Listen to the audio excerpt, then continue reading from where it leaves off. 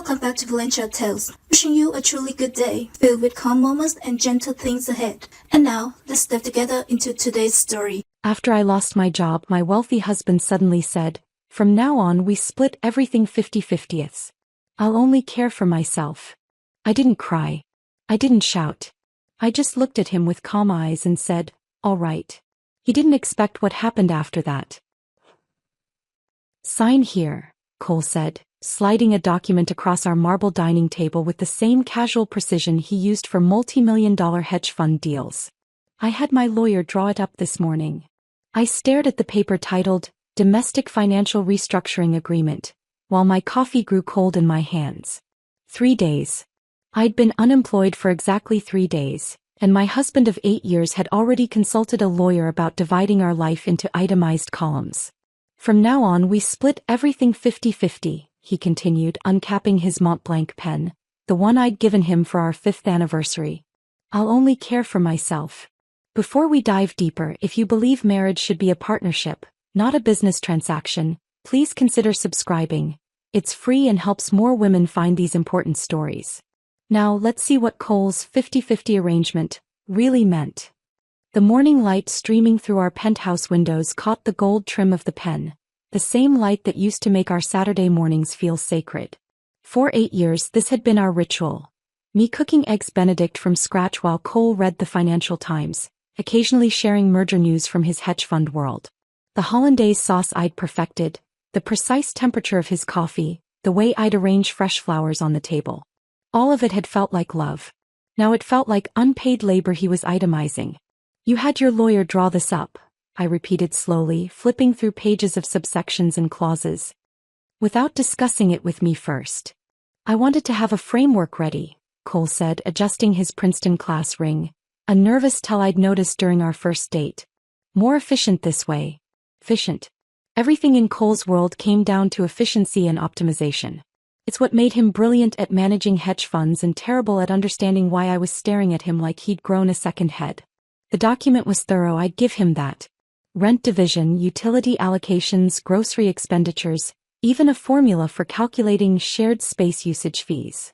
My husband had turned our marriage into a spreadsheet while I was still processing my layoff from Hartman Capital. Monday morning had started normally enough. I'd kissed Cole goodbye, driven to the office, grabbed my usual vanilla latte from the cart outside the building. By noon, I was sitting in Margaret's corner office while she explained that market conditions required strategic restructuring. We both knew the truth. The new CEO wanted his nephew in a senior position, and I was the casualty of nepotism dressed up as fiscal responsibility. "I need some time with this," Margaret had said, unable to meet my eyes as she pushed the severance package across her desk. "You're brilliant, Jade. This isn't about performance." But performance was all that mattered to Cole, apparently. "When did you decide this?" I asked, setting the contract down carefully, fighting the urge to crumple it into a ball. "It's been on my mind for a while," he said, finally looking up from his phone. "Your job loss just clarified things. My father always said dependency breeds weakness." His father. William Pemberton, the tech entrepreneur who'd built his fortune on the backs of underpaid programmers and died at his desk at 58, leaving Cole millions and an inability to separate human worth from net worth. I thought about Tuesday evening when I'd finally told Cole about the layoff. He'd been in his home office, 3 monitors glowing with market data. I'd stood in the doorway like a stranger in my own home, watching him track futures prices. "I lost my job," I'd said. His fingers had paused on the keyboard for exactly 2 seconds before resuming their clicking. "When?" "Yesterday. They gave me 2 weeks severance." That's when he turned around, his expression unreadable. "Don't worry, we'll figure something out." But even as he'd said it, I'd watched him pull up our joint account on his center monitor, calculating how long my final paycheck would last. He'd poured himself a scotch, Macallan 25, a bottle worth more than most people's monthly rent, and excused himself for a quick work call that stretched 2 hours. I'd sat alone in our living room, staring at Lake Michigan through floor-to-ceiling windows, wondering when my unemployment had become something to handle rather than something to support me through. Now 3 days later he was presenting me with a contract that reduced our 8-year marriage to line items and subclauses. "What about Thursday?" I asked. "At Chez Laurent?" When you said we were partners. Thursday's dinner had been his idea. A chance to strategize, he'd said. I'd worn the black dress he loved, the one that made me feel powerful even when my professional world was crumbling. He'd ordered a bottle of Krug without asking what I wanted. The first time in 8 years he hadn't asked my preference. Over the amuse-bouche, while other couples held hands across candlelit tables, Cole had launched into a presentation about restructuring our domestic arrangement for maximum efficiency. His business speak for destroying everything we'd built. We are partners, he said now, tapping the contract. Equal partners. That's what this ensures. I looked at my husband, really looked at him. His perfectly styled hair, his Tom Ford suit even though it was Saturday, his expression of mild impatience like I was a difficult client refusing to see reason. When had he become this person? Or had he always been this person and I'd just been too in love to notice? You know, I specialized in forensic accounting at Hartman, I said quietly. Something flickered across his face. Concern? Fear? But he recovered quickly. What does that have to do with anything? Just remembering my skill set, I said, picking up the pen. His pen. My gift to him when we still gave each other presents that meant something beyond their price tags. Since I'm about to be self-sufficient. I signed the contract with a flourish that would have made him proud, if he'd been paying attention to anything beyond his victory. Jade Pemberton in perfect cursive. The last time I'd ever signed that name. There, I said, sliding it back across the marble we'd chosen together in Italy on our honeymoon, giddy with love and possibility. Equal partners. Cole smiled, satisfied, already turning back to his phone. He didn't notice me taking photos of every page with my cell. He didn't notice me mentally cataloging every asset, every account, every carefully hidden financial transaction I'd pretended not to know about. He definitely didn't notice me texting my sister Emma. You were right. It's happening. Because while Cole thought he was restructuring our marriage, what he'd actually done was declare war. And he'd just handed me the blueprint for exactly how to win it. Emma's text came back immediately, finally showing his true colors. Document everything. My sister had never trusted Cole, not since the day she'd met him at our engagement party when he'd corrected her pronunciation of moat in front of everyone. I tucked my phone away and headed to bed, but sleep wasn't happening. My mind kept replaying the signature, the contract, the cold calculation in Cole's eyes. At 5 a.m. I gave up pretending and slipped out of bed. Cole's side was already empty, sheets barely disturbed. Through the closed door of his home office, I could hear his voice, smooth and confident, talking to Singapore about profit margins and market volatility. Saturday morning and he was already 3 hours into his workday. I padded to the kitchen, needing caffeine to process what my life had become. Cole's laptop sat open on the counter. He must have been working there before his call. The screen was still lit and I wasn't proud of what I did next, but I wasn't ashamed either. The spreadsheet was titled, Household Reorganization Postel. My unemployment had been reduced to initials. The Jade layoff. Like I was a line item in his quarterly reports. The columns were meticulous.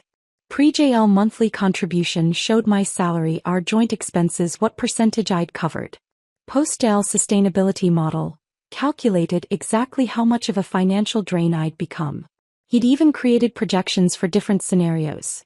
If I found work in 3 months, 6 months, a year. The final column made my stomach turn. Optimal resolution timeline. He was calculating how long before he could justify leaving me. I took photos of every worksheet, every calculation, every cold assessment of my worth. Then I noticed another tab, MGM Consulting. The monthly transfers of $3,000 going back 6 months. Madison Grace Mitchell, his 28-year-old executive assistant. The woman who texted him about urgent presentations at 11 at night. The conference call droned on through the door. Cole laughed at something, that practice chuckle he used with clients. I closed his laptop and went to work. By the time he left for golf at 9, his Saturday morning tradition with Marcus Fitzgerald and 2 other Princeton buddies, I'd transformed our dining room into Command Central. Office Max had opened at 8 and I'd been their first customer, loading up on laminating sheets, color-coded folders, and enough supplies to rival a law firm. Going to the club, Cole had said, grabbing his tit-laced bag. He'd paused at the door, watching me arrange my supplies. What's all this? Organizing, I'd replied, not looking up. Being self-sufficient. He'd laughed, actually laughed, and left. The moment his Tesla pulled out of the garage, I got serious. 8 years of marriage meant 8 years of financial documents, tax returns, investment statements, credit card bills. Cole thought he was clever with his hidden assets, but forensic accounting had been my specialty. Finding money was what I did. I created my own masterpiece, a 47-page document titled Marital Asset Utilization Framework. If Cole wanted to run our marriage like a business, I'd give him the full corporate treatment. Section 1. Historical Labor Analysis. Every dinner party I'd hosted for his clients. Every weekend I'd spent charming investors at tedious golf tournaments. Every thank you note I'd written, every gift I'd selected for his business associates. Every hour I'd spent making him look like a functional human being instead of the emotional void he actually was. Section 2. Intellectual Property Contributions. The investment strategies I'd suggested that he'd presented as his own. The connections from my Hartman network that had become his clients. The market insights I'd shared over breakfast that had mysteriously appeared in his presentations. Section 3. Opportunity Cost Analysis. The promotions I'd passed up to accommodate his career. The networking events I'd skipped to host his mother. The professional development I'd sacrificed to maintain his illusion of domestic perfection. By the time Cole's Tesla hummed back into the garage at 1, I'd bound everything in a leather portfolio that looked more expensive than it was. I heard him enter, the sound of his golf shoes on marble, the refrigerator opening. "Jade," he called. "Why is there a lock on your shelf?" I didn't answer. Let him wonder. He found me in the dining room, still in his golf attire, those ridiculous plaid pants his Princeton friends convinced him looked good. His face was flushed from sun and probably a few beers at the 19th hole. "What is all this?" He gestured at my war room setup. "Your copy," I said, sliding the leather portfolio across the table with the same precision he'd used that morning. "Of our updated arrangement." He smirked, that patronizing expression I'd once found charming. "Jade, come on." "Page 12, I interrupted. "Start with section 3.2. Still smiling, he opened the document. I watched his face change as he read. Retroactive compensation for unrecognized labor contributions, 2016 to 2024. "This is," he started. "Thorough," I supplied. "Keep reading." His smile died completely at the total, $347,000 in uncompensated labor, calculated at market rates for comparable services. Executive assistant, event planner, social coordinator, investment consultant. "You can't be serious," he said. Page 36. Precedent cases for retroactive compensation in dissolved business partnerships. His phone rang. Marcus Fitzgerald calling to thank him for covering the drinks. Cole's hand shook slightly as he answered, and I heard him say, "Mark, I need you to look at something. Legal opinion. Can I put you on speaker?" Marcus's voice filled the room, still jovial from morning drinks. "Sure, buddy. What's up?" "Jade created some kind of document about our household arrangement." "Send it over," Marcus said, his voice shifting to professional mode. I watched Cole photograph pages, his jaw tightening with each image. We waited in silence for Marcus to review them, the only sound the tick of the grandfather clock Cole's mother had given us as a wedding present. Finally Marcus spoke, and he wasn't laughing anymore. "Cole, is this real? She signed my agreement this morning, so she created this." "No, I mean, are these numbers real? Did she really handle all this?" Cole's silence was answer enough. Marcus whistled low. "Legally, she's got you by the balls, buddy. You wanted a business arrangement, she gave you one. And honestly, based on what I'm seeing here, she's undervaluing her contributions." "You're supposed to be my friend," Cole snapped. "I am your friend. Which is why I'm telling you the truth. Either tear up both agreements and go back to being married, or prepare to write a very large check." Cole hung up without saying goodbye. We stood there, facing each other across the table where we'd once shared romantic dinners, where we'd planned our future, where this morning he'd dismantled our marriage with a pen stroke. "This is blackmail," he said finally. "This is mathematics," I replied, echoing his words from that morning. "Your idea just properly implemented." Cole stood there for another moment, his hand gripping the portfolio so tightly the leather creaked. Then he turned and walked out, leaving my document on the table like evidence at a crime scene. I heard his office door slam, the lock clicking into place. That night I barely slept. Not because of guilt, I was past that, but because I was planning. Cole thought he was the strategic one, the chess player, the one who saw 3 moves ahead. He didn't realize I'd been watching him play for 8 years, learning every gambit, every tell, every weakness. At 3 a.m. I crept to the living room with my laptop. Our smart home system was Cole's pride and joy, a $50,000 investment in automated everything. The future of living, he'd called it, spending weeks programming routines and zones. Now it would be the battlefield. The master control app was still logged into my phone. Cole had never thought to revoke my administrative access. Why would he? I'd never shown interest in his technical toys before. It took me 3 hours and several YouTube tutorials, but by dawn I'd reprogrammed everything. Jade's zone and Cole's zone were born. My zones ran on new passwords, biometric locks that only recognized my face and fingerprints. His zones kept his original access, but with some creative restrictions I'd built in. The beauty was in the overlap areas, the spaces we supposedly shared equally.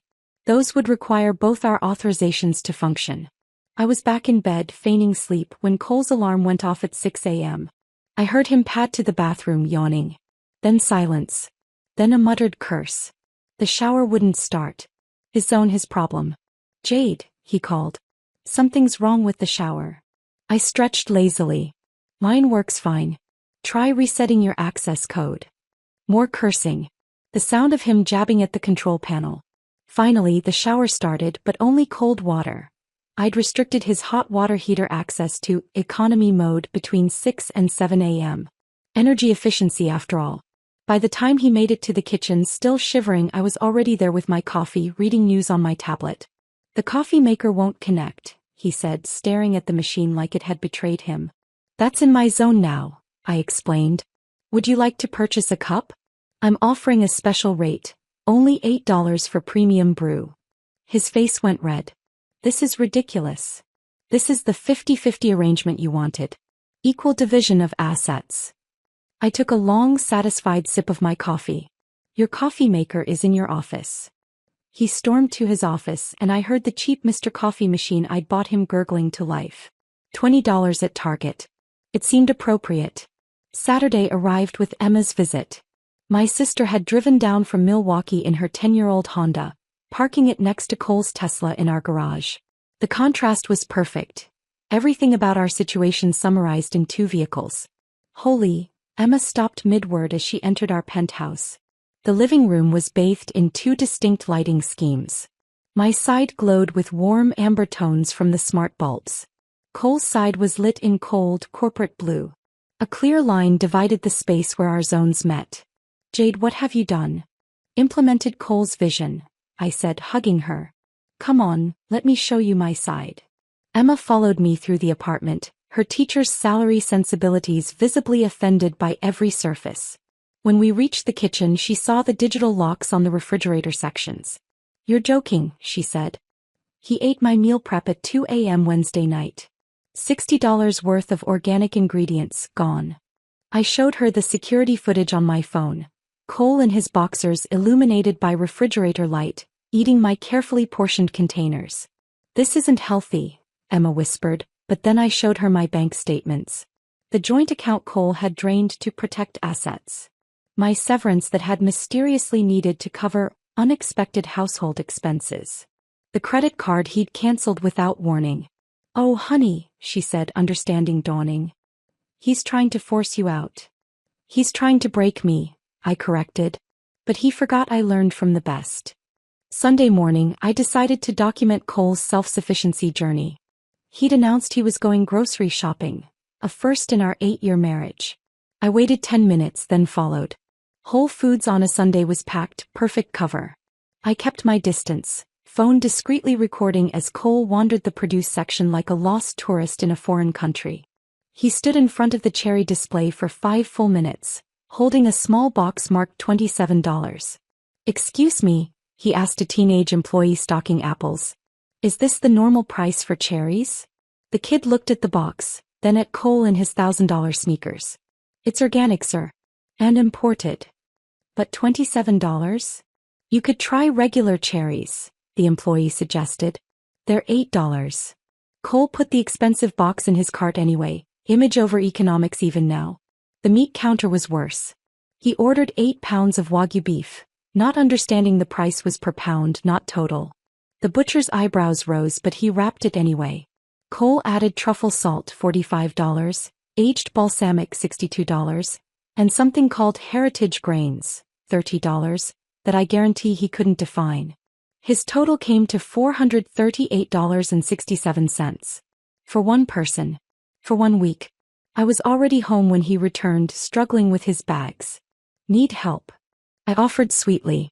I've got it, he grunted, dragging premium groceries to his side of the kitchen. Everything went into his designated areas, including the freezer section I'd marked with digital tape. Monday morning was beautiful. Cole had an 8 a.m. breakfast meeting with Japanese investors, crucial for his fund's expansion. He woke at 6, showered, still cold, and went to make breakfast. I watched from my laptop camera as he opened his refrigerator section. The Wagyu was there, raw and expensive. The heritage grains sat unopened. The truffle salt looked decorative on his shelf. He tried every password combination on my locked section, where my prepped breakfast sandwiches waited. Jade 1234. Anniversary 2016. Even I love you, which made me laugh bitterly. Finally, at 7:47 a.m. he placed an order for delivery. $85 for eggs, toast and coffee, delivered at 8:23 a.m. His investors had already been waiting 23 minutes. That evening I found him eating cereal for dinner. The Wagyu had gone bad, he didn't know it needed to be used within 2 days of purchase. $400 of groceries, I said, and you're eating cornflakes. He looked up at me and for a moment I saw something crack in his facade. Not enough to matter but enough to know the war was working. He set down his spoon, the cornflakes going soggy in the milk. For a second neither of us spoke. Then he pushed back from the table and walked to his office without a word, leaving his bowl right there on the counter. His side of the counter technically, but still, old habits die hard. I cleaned up his mess anyway because seeing dirty dishes bothered me more than making a point. That's when I noticed his credit card statement on the counter, partially hidden under his abandoned Wall Street journal. He'd been reviewing expenses, probably trying to figure out where all his money was going now that he was buying $40 honey and truffle salt he couldn't pronounce. One line item caught my eye. MGM Consulting, $3,000. The same charge appeared every month going back 6 months.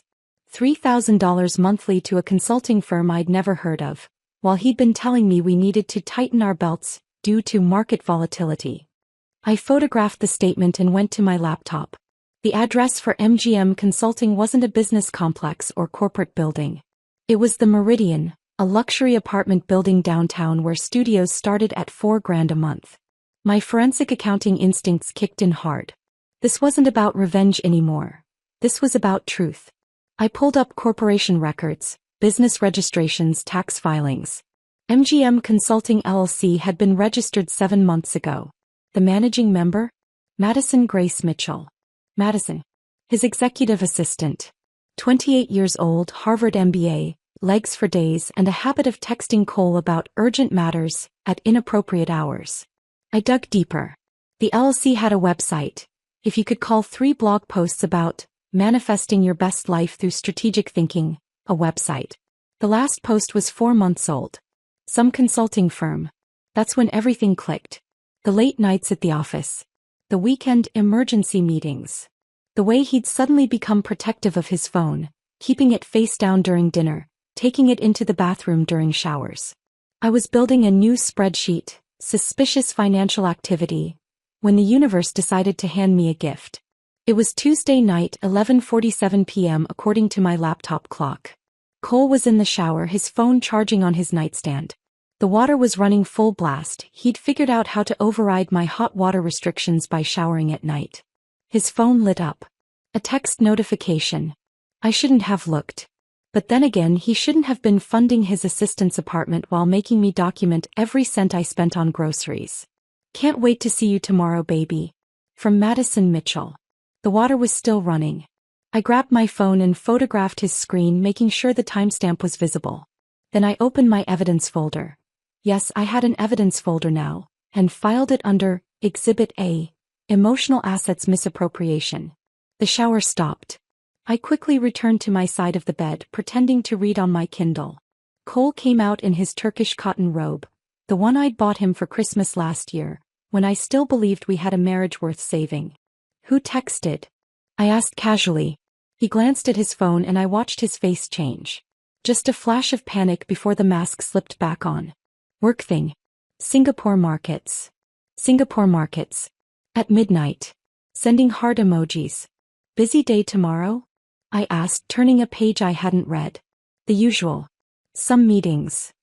He climbed into bed, careful to stay on his side of the invisible line we'd drawn down the middle. "Why?" "Just wondering." He was asleep within minutes, snoring softly. I lay there in the dark, planning my next moves. Madison wanted to see him tomorrow. Fine. Maybe I'd do some seeing of my own. Wednesday morning, Cole left early, mumbling something about breakfast with clients. I waited until his Tesla disappeared into traffic, then called in a favor from Janet, my former colleague at Hartman who now worked in the same building as Cole's firm. "I need to borrow your visitor pass," I said. "Jade, what are you planning?" "Research." She sighed. "Second floor cafe. 20 minutes. The building's lobby was all marble and glass, trying so hard to scream success that it felt desperate. Janet met me at the cafe, sliding her visitor pass across the table. "15th floor is Cole's firm," she said. "But you didn't get this from me." "Get what?" I smiled, pocketing the pass. "I didn't go to the 15th floor. I went to the parking garage and waited. Cole's Tesla had a reserved spot, P47, right next to P48, which belonged to a familiar white BMW with vanity plates. Emmeline 28. Madison. 28. Settle. At 12:15 they emerged from the elevator together. Cole's hand on her lower back, guiding her toward her car. The kind of casual intimacy that comes from practice. They were laughing about something, her head tilted back, his face more animated than I'd seen in months. I took photos. Then I followed them. They went to Brevard, a restaurant so exclusive it didn't have a sign. The kind of place Cole used to take clients he was trying to impress. Now apparently it was where he took his assistant for meetings. I was sitting in my car reviewing the photos when someone tapped on my window. I nearly jumped out of my skin. Victoria Pemberton stood there in her St. John's suit and pearls, looking like old money and new judgment combined. Cole's mother. My mother-in-law. The woman who'd never quite approved of me but had been too polite to say so directly. I rolled down the window. "Following my son?" she asked, but there was no accusation in her voice. Just curiosity. "Victoria, I can explain." "No need." She opened my passenger door and slid in, bringing with her a cloud of Chanel No. 5. I was at Brevard myself. Library Foundation lunch. Imagine my surprise seeing Cole with his assistant. We sat in silence for a moment. "I know about Madison, dear," Victoria said finally. "Have known for months." My stomach dropped. "Why didn't you tell you?" She turned to look at me directly. "Because Cole's father had his own Madison once. Her name was Jennifer. 26, marketing coordinator, thought she was in love." Victoria's smile was sharp as winter. "I handled it differently than you're handling this." "What did you do?" I stayed quiet. Played the perfect wife. Let him have his fun. She adjusted her pearl necklace. Then Jennifer got pregnant. William paid her to disappear, but the damage was done. The board found out. His reputation never recovered. "I'm sorry, Victoria." "Don't be. I got everything in the end. The houses, the investments, the company shares."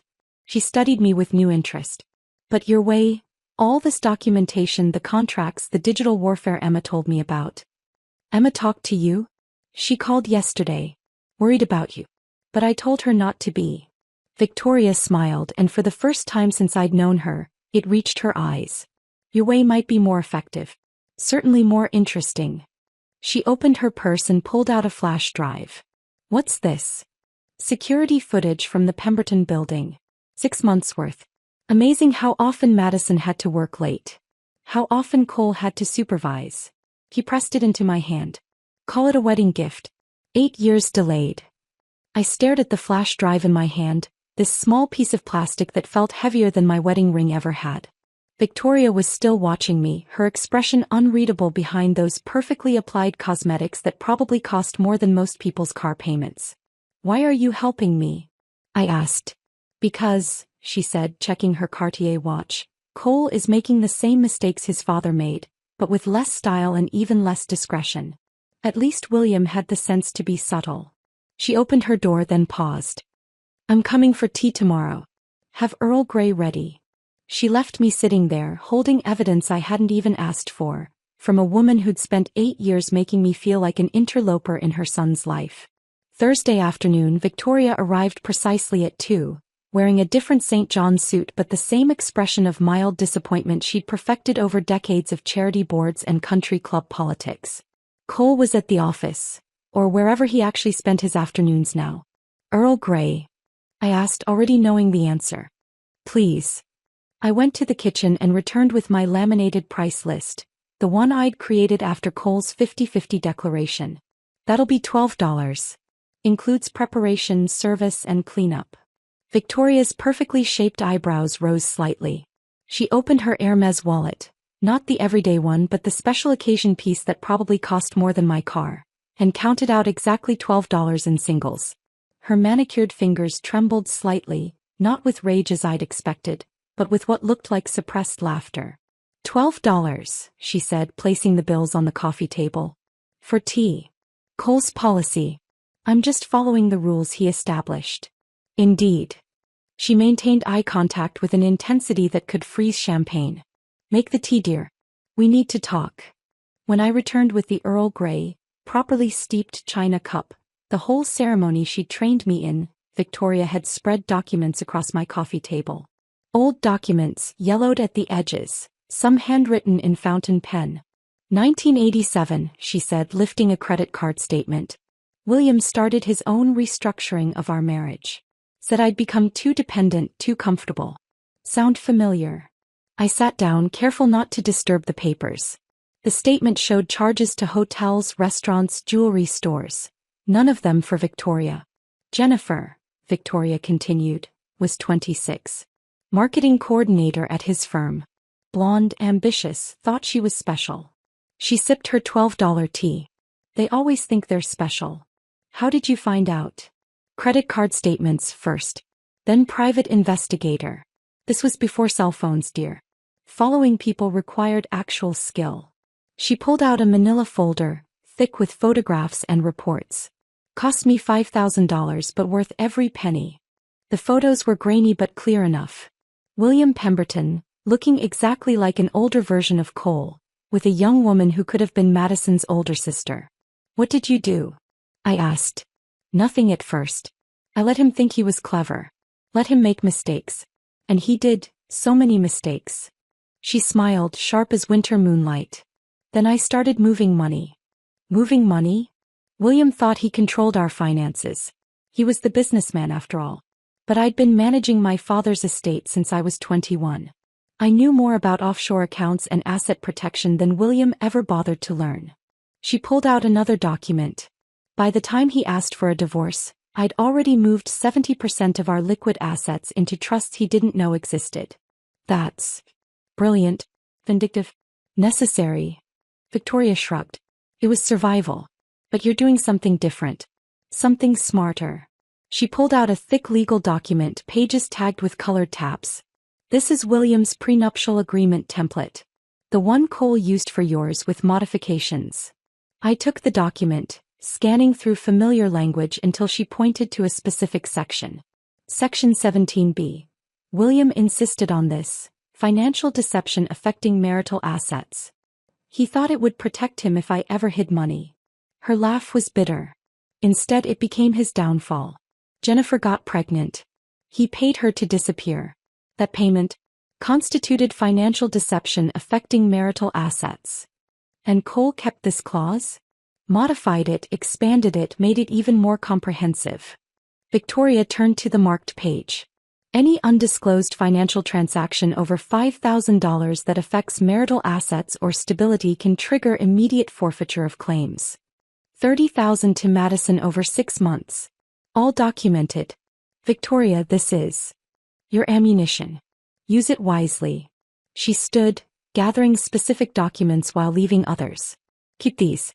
The originals are in my safe deposit box if you need them for court. Why are you really doing this? He paused at the door. Because I spent 30 years pretending my marriage was perfect while William humiliated me with younger women. You're not pretending. You're fighting. And frankly, she smiled again, that sharp winter smile, it's about time someone in this family fought back properly. After she left, I went to Cole's home gym. His sacred space where he pretended to work out while actually taking conference calls. Victoria's words echoed, check everywhere. His gym bag sat in the corner, the expensive leather one I'd given him last birthday. I emptied it methodically. Protein powder, earbuds, spare clothes, and there, tucked in an inside pocket, a small digital recorder. My hands shook as I played it back. Cole's voice, clear and confident. She's been unstable since the layoff. Crying constantly, not sleeping, making these bizarre accusations about affairs. Then Madison, we need to be careful. If she finds out about the payments. She won't. She's too emotional to think clearly. Classic depression. My lawyer says if we can document mental instability, the prenup becomes irrelevant. How long before you can file? Few more weeks. Let her keep playing with her spreadsheets and locks. The more erratic she acts, the better for us. Madison laughed, tinkling and false. Poor thing. She really has no idea. None, Cole agreed. By the time she figures it out, I'll have everything lined up. Clean break, minimal settlement, and we can finally stop hiding. The recording continued for another 40 minutes. Plans within plans, lies within lies. They'd been strategizing my breakdown while I'd been fighting for my marriage. I sat on his workout bench, recorder in hand, feeling something shift inside me. Not breaking, hardening. Like coal under pressure becoming diamond. I copied the files to 3 different drives, uploaded them to the cloud and emailed them to my lawyer. The one I'd hired yesterday, Patricia Nakamura, who specialized in high-net-worth divorces and had a reputation for destroying prenups. Then I put the recorder back exactly where I'd found it. Let Cole think I was still in the dark, still playing with spreadsheets while he planned my demolition. The recorder went back in Cole's gym bag, nestled between his protein powder and spare socks. My hands were steady now, my mind clear. This wasn't about revenge anymore. It was about survival. That evening, I called Patricia Nakamura from my car, parked outside a Starbucks where the Wi-Fi was free and Cole couldn't monitor my calls. I need to see you tomorrow, I said. Can you recommend a forensic accountant? I work with someone, Patricia replied, her voice professional but warm. Keiko Tanaka. She's expensive but she finds everything. How expensive? $5,000 retainer. Each. $10,000. My entire severance package minus what I'd already spent on groceries and gas. Cole thought I was using it for the therapy he'd been suggesting. You seem stressed, Jade. Maybe you should talk to someone about your adjustment issues. Book them both, I said. Tomorrow if possible. The law offices of Winters and Associates occupied a corner suite in a building that screamed old money and older secrets. Rachel Winters herself met me in the lobby, 60-something, silver hair in a power bob, wearing a suit that probably cost more than my monthly mortgage payment. Patricia says you have an interesting case, she said, leading me to a conference room where Patricia Nakamura waited with another woman, Keiko Tanaka, I assumed. I spread everything on the table. The contracts, the flash drive from Victoria, the recordings, the financial documents, my own detailed spreadsheets tracking 8 years of uncompensated labor. Rachel whistled low. He actually signed this 50-50 agreement? His idea. Had his lawyer draft it. And these recordings? Found them yesterday. He's been planning to claim I'm mentally unstable. Keiko was already deep in the financial statements, her fingers flying across her calculator. These MGM consulting payments, they're just the beginning. Look here. She pointed to a series of transfers. He's been moving money for 2 years. Cayman accounts, Swiss-numbered accounts. Not illegal, but definitely violates any reasonable interpretation of financial transparency in a marriage. Can you trace it all? Give me a week, Keiko said. Maybe less. Patricia pulled up Cole's firm website on her laptop. Pemberton Capital. His father's company. Cole's a senior partner now, I said. And Madison Mitchell is listed as executive strategic consultant. Patricia noted. Interesting title for someone with 3 blog posts about manifestation. Rachel leaned back in her chair, a predatory smile spreading across her face. The prenup has a financial deception clause. Section 17B.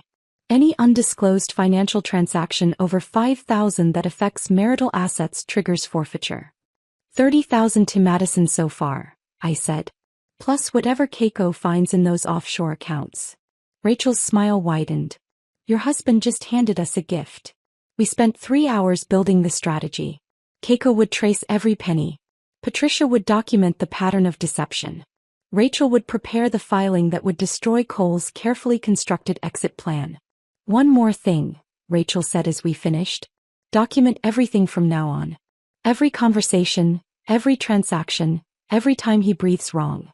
And Jade, be careful. Cornered animals get dangerous. Saturday morning, Cole left for Boston. A weekend conference he claimed, though I'd seen the hotel confirmation email on his phone. The Ritz-Carlton, 2 rooms booked. MGM Consulting must need extensive strategic consultation. An hour after his Tesla disappeared, the doorbell rang.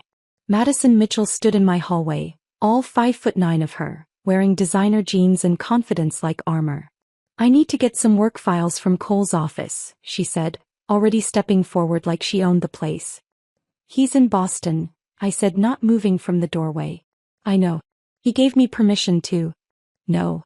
She blinked, clearly not used to being refused. Excuse me. No, you can't come in. If Cole wants to give you files, he can do it himself. At the office. During business hours. Her perfectly glossed lips tightened. You don't understand. These are important documents for Monday's meeting. Then Cole should have remembered them. I started to close the door. She put her hand against it, forcing it open. Look, I don't think you understand the situation here. I pulled out my phone, already recording. Explain it to me. Maybe it was my calm tone, or maybe she was just that confident, but Madison stepped closer, lowering her voice to a whisper that my phone still caught perfectly. Cole promised me this place would be mine soon. So maybe you should start packing now, save yourself the embarrassment later. How soon? I asked, keeping my voice steady. Few weeks, maybe less. Depends how quickly his lawyer can prove you're unfit. She smiled, all teeth and no warmth. The crying, the paranoid behavior with the locks and contracts. It's all documented. Mental instability due to job loss. Classic case. Is that what Cole told you? It's what everyone can see. She stepped back, satisfied with her threat. I'll tell Cole you were uncooperative. Again. I let her get to the elevator before calling out. Madison. She turned, one eyebrow raised. Check your email. I sent the cease and desist letter Rachel had prepared while Madison was still in the elevator. Legal notice to stop harassment, stop attempting unauthorized entry to my residence, and stop interfering with my marriage. Copy to Cole's firm's HR department. Copy to their legal team. My phone buzzed immediately. Cole, from Boston. What did you just do? I didn't respond. Instead, I forwarded Keiko's preliminary findings to Patricia. Cole had been billing Pemberton Capital for Madison's consulting fees while she provided no actual services. The invoices were fake, the work non-existent. Not enough for criminal charges. Cole was too smart for that. But enough to trigger an internal investigation. Sunday evening, while Cole was still in Boston, I compiled everything into a single encrypted folder. Financial records showing 2 years of hidden transfers. Recording of him planning to claim mental instability. Madison's confession about taking the apartment. Victoria's evidence of the pattern. Father and son, same playbook, 30 years apart. The investigation had revealed one final detail that even surprised Keiko. Cole had taken out a $2 million life insurance policy on me 6 months ago. I was unemployed, supposedly unstable, and worth more dead than divorced. Rachel called that evening. We file tomorrow. Be ready. I sat in my divided living room, my warm lights glowing against his cold blue ones, and thought about the woman I'd been 8 years ago. The one who'd signed that prenup thinking it would never matter because our love was real. The one who'd made his coffee every morning because taking care of him felt like love. That woman was gone. In her place sat someone harder, smarter, and infinitely more dangerous. Someone who'd learned that when your husband treats marriage like a hostile takeover, You better be ready to fight like a corporate raider. My phone buzzed at 3 a.m. Monday morning. Rachel's text, filed. Game on. I didn't sleep after that. Instead, I sat at my kitchen table watching the sunrise paint Lake Michigan gold while reviewing my notes for tonight. The quarterly partners' dinner at Pemberton Capital. The one event where spouses were not just invited but expected. Cole had forgotten to remove me from the guest list. By the time Cole stumbled into the kitchen at 7, I was already dressed. Not for war but for victory. The black Valentino dress I'd bought myself after my last promotion at Hartman, the one Cole said made me look too powerful for social events. Coffee's not working again, he muttered, jabbing at his machine. Try reading the manual, I suggested, applying lipstick in the hallway mirror. I hear self-sufficiency builds character. He glared at me, then noticed the dress. Where are you going? Work meeting, I lied smoothly. Potential consulting opportunity. He grunted, still fighting with the coffee maker. That's when the doorbell rang. I'll get it, I said, but Cole was already at the door, probably expecting Madison with his morning files. Instead, a process server stood there looking bored and official. Cole Pemberton? Yes. You've been served. The man handed Cole a thick envelope and walked away without another word. Cole tore it open right there in the doorway, still in his robe, his face cycling through confusion, disbelief, and finally rage.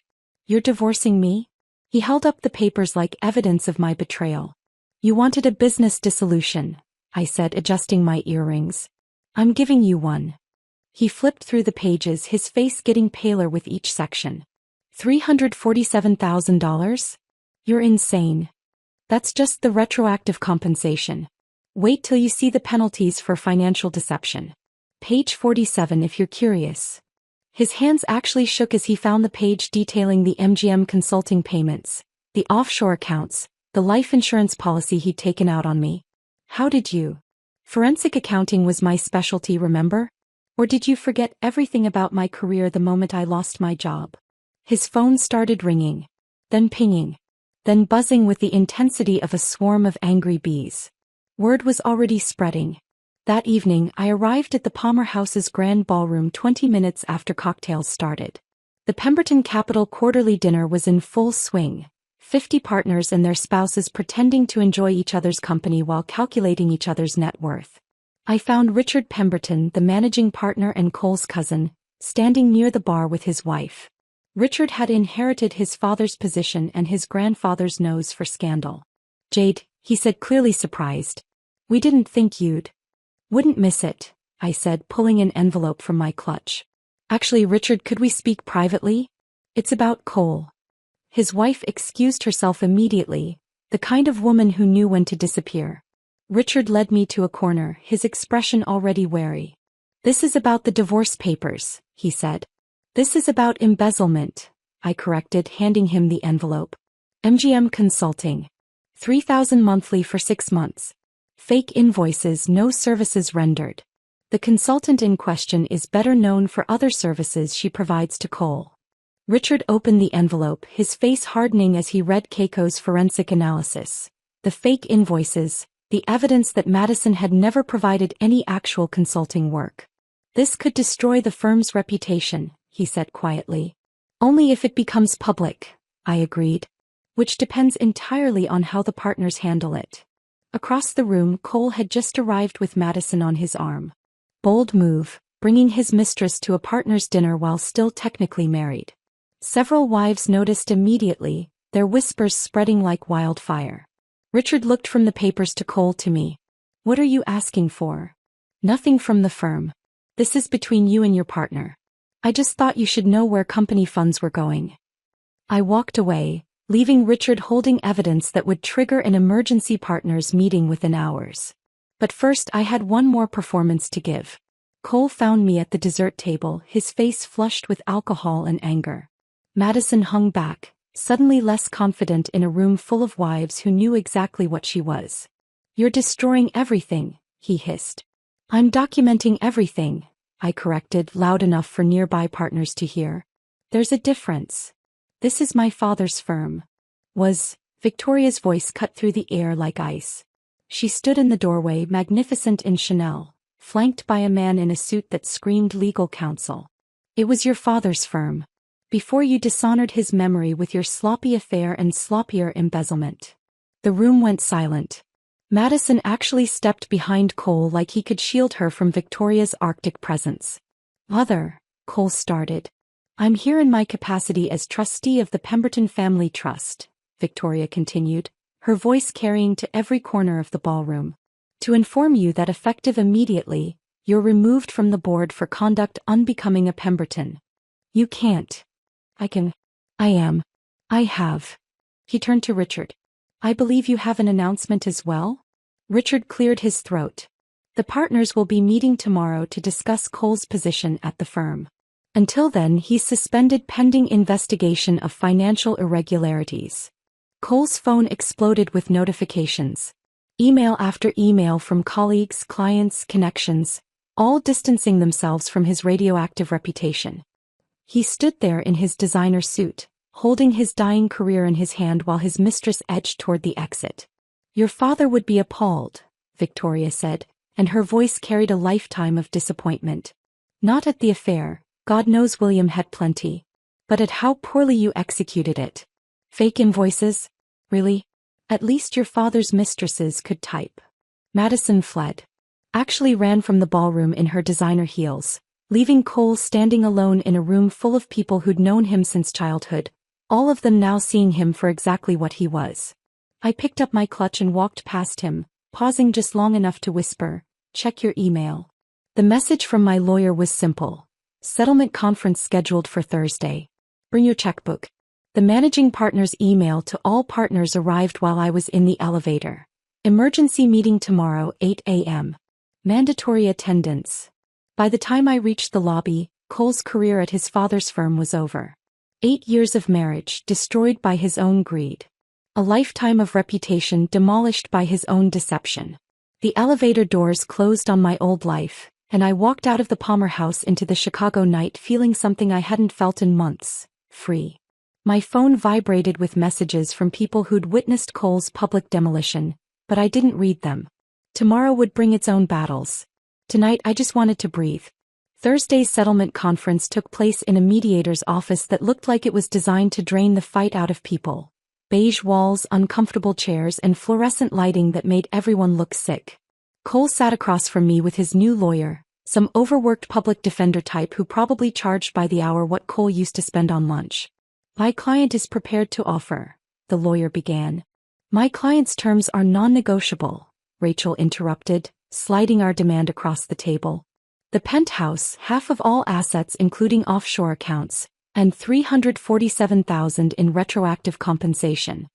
Cole's lawyer whispered urgently in his ear, probably explaining that a public trial would expose the embezzlement, the affair, the life insurance policy, everything.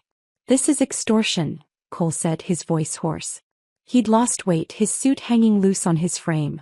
This is mathematics, I said, using his favorite phrase one last time. Sign it or we go to trial.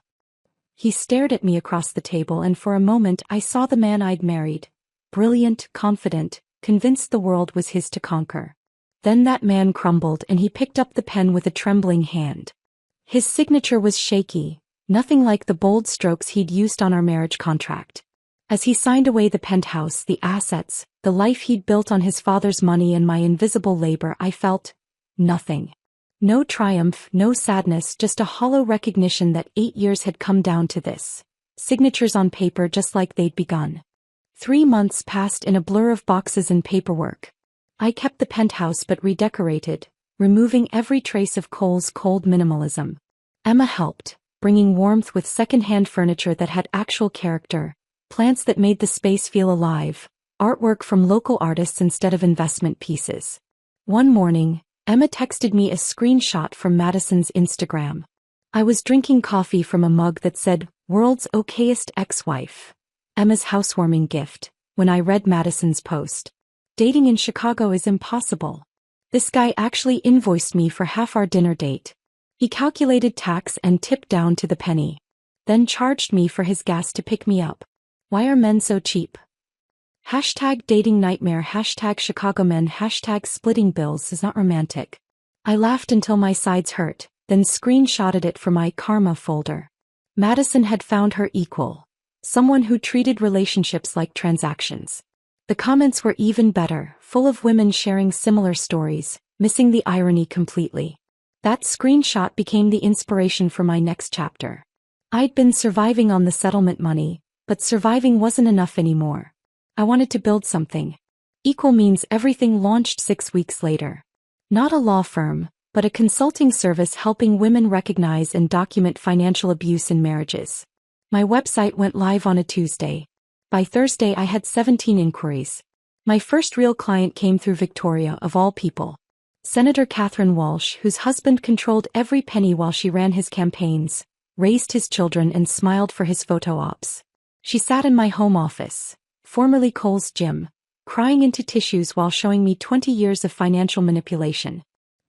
He says it's for tax purposes, she explained, but I can't even buy groceries without his approval. Let me show you something, I said, pulling up my own documentation.